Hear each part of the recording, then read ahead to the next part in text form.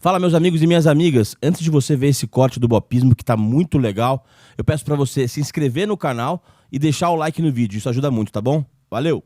Cara, me fala com sinceridade. Eu sei que você é torcedor da Lusa, mas tantos anos de cobertura pelo São Paulo fazem você, de alguma maneira, torcer pelo São Paulo? Tipo assim, a Lusa não tá lá na Libertadores, mas o São Paulo tá. Você torce pro São Paulo ser campeão? Então, são dois aspectos importantes nessa pergunta. Primeiro, eu acho que tem uma relação de trabalho. O São Paulo estando bem, meu espaço na ESPN será gigante, eu vou viajar, vou fazer cobertura fora, tudo mais, e isso conta muito para mim. É uma exposição da minha marca num canal do tamanho da ESPN gigante. São Paulo está em 14º, os caras vão pedir um boletim de meio minuto. Se o São Paulo está disputando o título, Edu, você vai entrar ao vivo toda hora. Então, só por isso você imagina os opostos, né? O estar brigando pelo título, estar muito ruim, é o que dá espaço para você. O intermediário não dá espaço nenhum. Você ali vai fazer um boletim, você não tá brigando por nada. Então, e entre estar esperando fazer uma Série B e uma Libertadores, eu prefiro estar fazendo uma Libertadores que uma Série B. Então, eu torço muito profissionalmente pro São Paulo ir bem, porque eu estarei, por exemplo, vou estar no Uruguai agora, daqui a algumas semanas. São Paulo foi na Copa, eu fiz a final da Copa do Brasil. Para mim, estar com o São Paulo bem é ótimo. A competição de 2008, o terceiro título, eu fiz todos os jogos em loco. Eu trocava as folgas quando tinha jogo de São Paulo. Eu consegui fazer os 38 jogos em loco. Eu tenho os 38 materiais dos jogos guardados em casa. Caralho, que incrível, Edu. Então, assim, aquele lá é o tricampeonato, pra mim, ele é um dos... Quando me perguntam, que torneio, que título do São Paulo te marca mais? Claro que a Libertadores de 2005, que eu também fiz, me marca. Mas o tricampeonato me marca porque eu estive presente nos 38 jogos. Foi muito improvável aquilo, Eu tava atrás do gol em uns 38 jogos do São Paulo, dentro do campo. E tem o jogo contra a Lusa que é fundamental, o gol do Zé Luiz de cabeça. Fundamental. Canindé. Exatamente. Então, esses são os jogos, os momentos do São Paulo importantes. Mas você chega a torcer pelos Libertadores agora, tipo assim, você fala... Então... Sei lá, aquela bola... Puta... Não é torcer, eu penso o seguinte, se o São Paulo não ganhar, não será uma tristeza no meu coração como é quando a Portuguesa não ganha. Tá? Vou ter que aguentar uma tristeza em casa, porque em casa é São Paulino, é São Paulina, né? Então... Corneta, que é uma beleza. Corneta. Minhas perguntas, então. E quando eu ia entrevistar o Rogério Ceni, passador de pano pro Rogério. Ela também não é muito fã do Rogério como técnico? Ela era Deus e Rogério. Sim. Depois da declaração do Rogério como técnico do Flamengo, virou... Rogério foi descer lá pro último andar do inferno. Pois é. Qual que é o nome dela? Camila. Camila tá...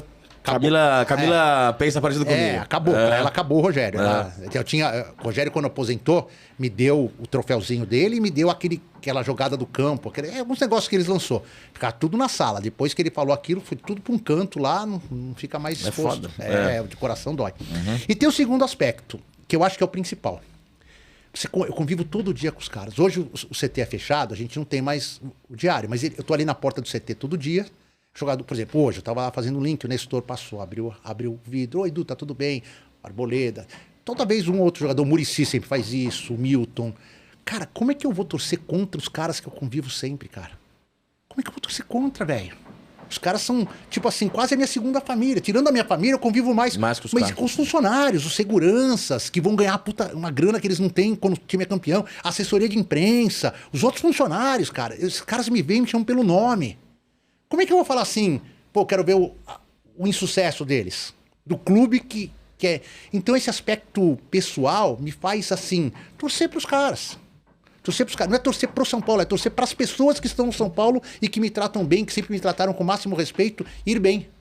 Funcionários do Morumbi, que eu conheço há anos. Imagina, eu tô há 25 anos, 26 no Morumbi. Conheço lá seguranças quando eu tinha 20 anos, 25 anos, hoje eu tenho 55. Então, se o São Paulo for bem, todas as pessoas vão ser beneficiadas de algum jeito. Seja financeiramente, seja mantendo seus empregos. Então, cara, não tem como eu falar assim, não torço pro São Paulo. Nesse aspecto. Familiar. Se você trabalhasse no São Paulo e sou seu amigo, eu torceria por você. Eu torceria correr e falar assim, eu quero que o São Paulo vá mal porque o Bop, meu amigo, vai cair. Então tem esse lado pessoal, que não é aquele torcedor que eu vou ficar ali do lado do campo, tem que ir, mas é aquele negócio de ter uma satisfação que o São Paulo vá bem por esses dois motivos. O profissional meu e as pessoas que eu convivo todo dia. E Edu, você que tá há 26 anos no São Paulo, né?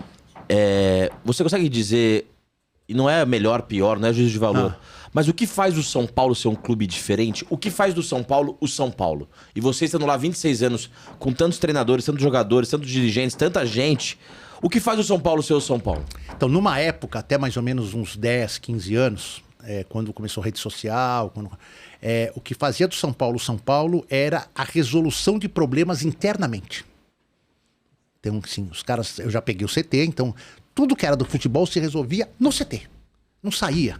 Não tinha. A reunião do conselho só iam conselheiros. Ninguém sabia o que acontecia na reunião do conselho. Então, se tivesse que ter um ranca-rabo para discutir, os caras resolviam internamente. Eu acho que isso, até a conquista do tricampeonato de 2008, isso foi muito bom para o São Paulo. Foi muito salutar para o São Paulo.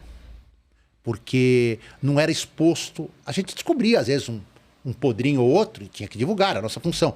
Mas o São Paulo tinha o dom de resolver os seus problemas internamente. Sejam eles os de dentro do CT, sejam eles os de administração dentro do Morumbi. Aí isso, com o advento de internet, hoje o cara liga para um conselheiro, o cara pode ligar uma câmera e mostrar a reunião do conselho ao vivo. Então, é isso. Então, aí os problemas ficaram externos, e isso para mim causa muito prejuízo ao São Paulo. Eu acho que nesse momento, o que faz o São Paulo é a torcida, cara. É a torcida, principalmente após a pandemia, cara. É uma coisa, é uma transformação, cara. Porque eu fiz muito jogo, tirando o Libertadores, fiz muito jogo importante no Morumbi com 4, 5, 10, sabe? Estádio frio, grande, se era o estádio de cimento, não tinha nenhuma emoção pro jogador, nada. Claro, nas fases finais o torcedor ia, enchia, mas muito jogo de meio de campeonato paulista, que era, sabe, jogo de 5, 6 mil pessoas, 10 mil. E hoje, cara, é uma coisa impressionante o amor da torcida ao clube, cara. É uma coisa assim, Bob, me assusta às vezes até ver o sacrifício que as pessoas fazem para acompanhar o São Paulo. Mudou completamente, né? Completamente.